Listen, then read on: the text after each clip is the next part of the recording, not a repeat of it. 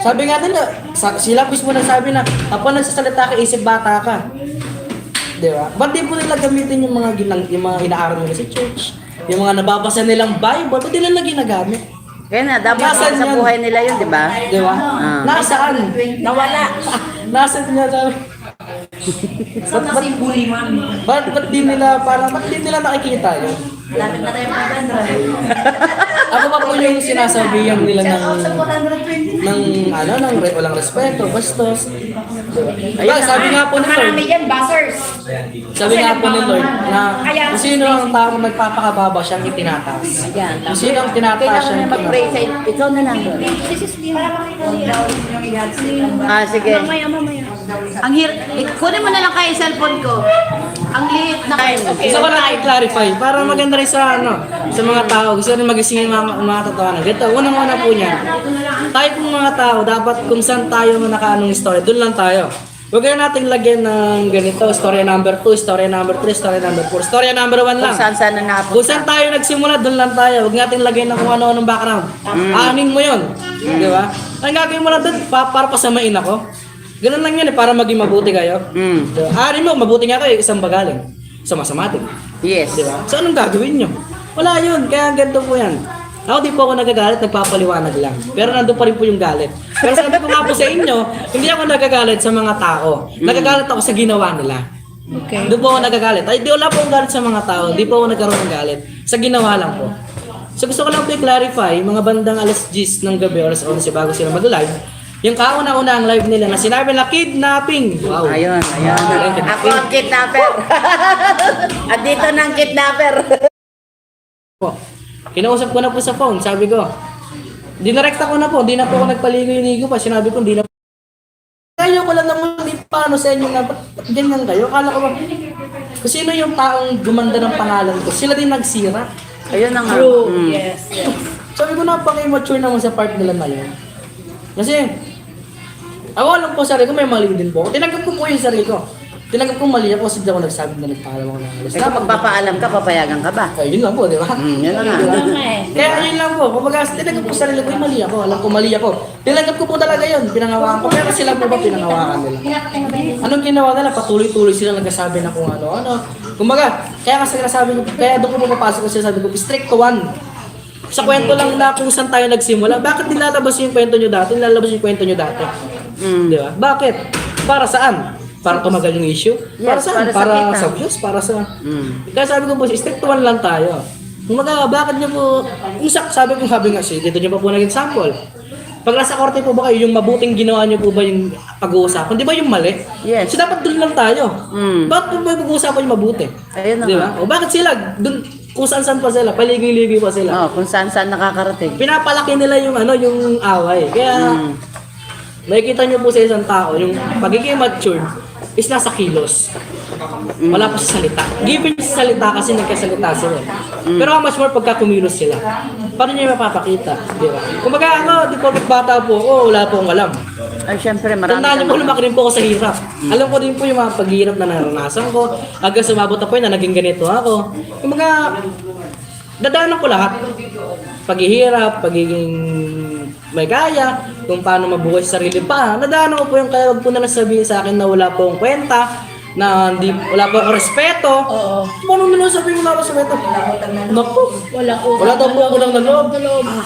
Ahas. Buti pa yung kaso. Hindi kasi meron akong sinabi noon na Ikaw daw nagsabi. Hindi, meron kasi akong sinabi doon na sabi ko, nalalaman ko ang lahat dahil nag-alaga ka ng ahas. Ang isip naman ni Poren, ikaw yung ahas kasi ikaw daw yung nandun. Sabi ko, paano nga mag-uusap kay Dave? Wala nga siyang social media platforms dati. Hindi ko rin naman alam ang kanyang number, yung phone number niya, di ba? Lahat na inalaga niya rin. Buti nga kung may ahas hindi na tutuklaw eh. Walang utang. Buti ko tayo tama. Tama. Buti ako yung ahas hindi na tumutuklaw sila eh. Kaya nga eh. Tama. Tapos sabi ko rin naging mayabang na daw. Oo, naging Hindi yan mayabang. Nagsasabi lang siya ng totoo. Biel, may Kumbaga, na ano lang kasi siya, saglit, na nagsaktan sila dahil nagsabi siya ng totoo. Kaya yung pagkasakit ng damdamin nila, dinadaan nila sa maling salita, yung alam mo yung pinapakita pa rin nila, pinapanindigan nila na masama siya, doon talaga sila Saka yung nanindigan. mga ano nila, parang siya lang pinakamasama. Sa lahat. Alam niyo po yung isang video ko, yung naglabas po ako ng statement. Isa lang yun ha. Oh, yes. Yan po video nilabas nila. May git 10. O, 10. Di ba? Hindi, Isa lang po yun. Isa lang po. Mahigit. Isa lang po yung nilabas ko. Yun lang. Oo. Di ba? Tapos nung nag-crying baby siya, nag-1M yun.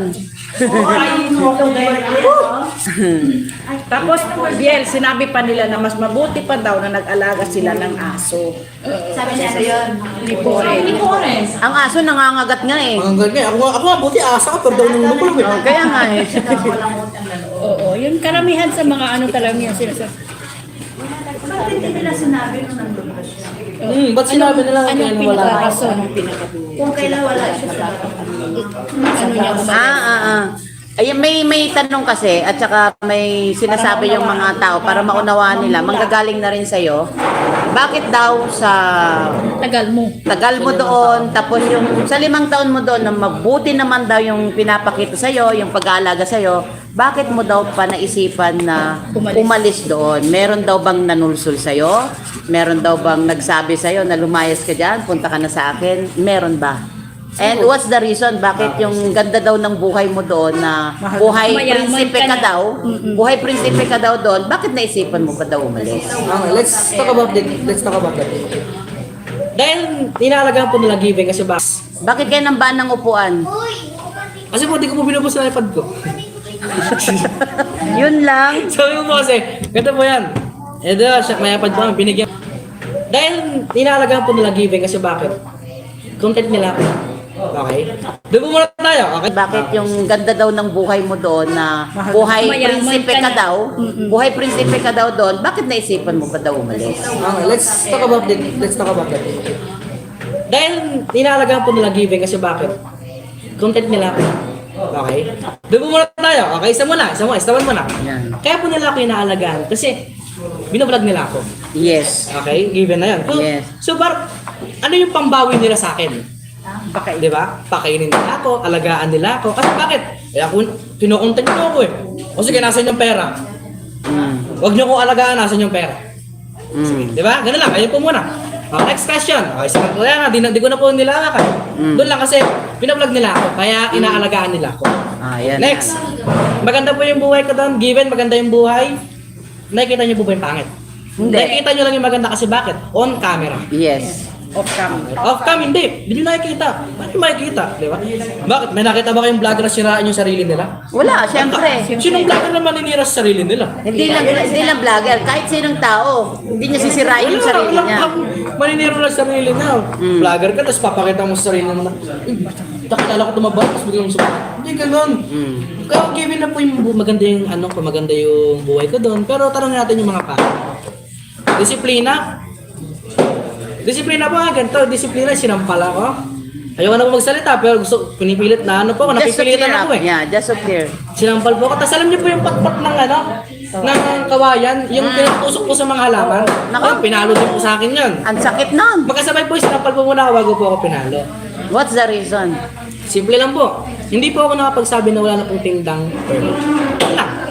Ha? Yun lang po, yun lang. Walang tindang Wala pong tindang burger.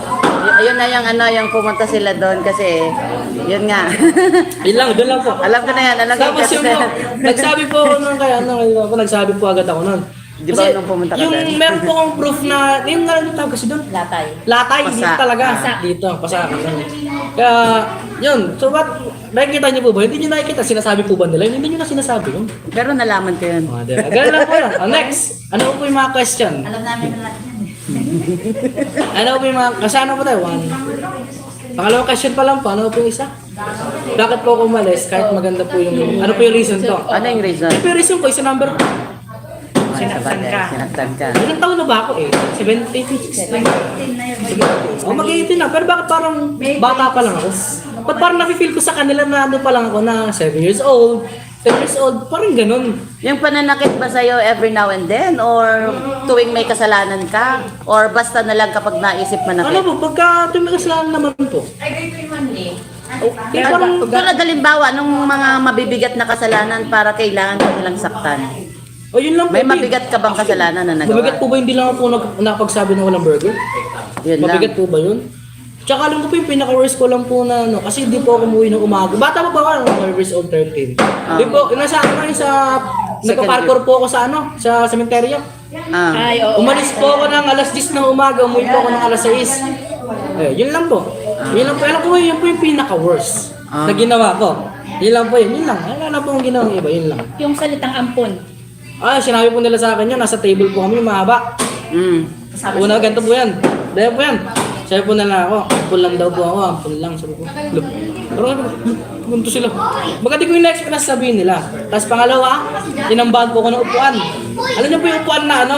Yung upuan po nila sa mahabang ano? Yung bangko. Yung ganun po yan. Ah. Pangatlo po yung sa mag, Starbucks. Bakit kayo nambaan ng upuan? Kasi po, di ko po binubos sa iPad ko. Yun lang. Sabi ko po kasi, ganito po yan. May iPad po kami, binigyan po nila ako ng iPad. Binigyan po nila, so sabi ko po. So sabi po nila, sa amin na po yun, privacy na namin.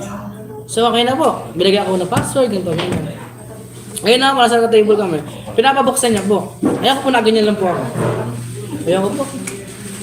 Gusto ko po sana sabihin na, sinabi niyo pong privacy namin, bakit ko bubuksan niyo?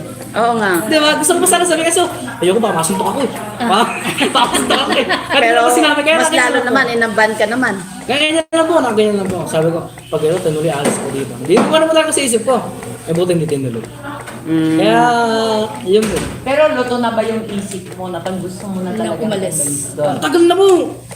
Without yung di ba si Luis yung unang Umalis. umalis. So we are not talking about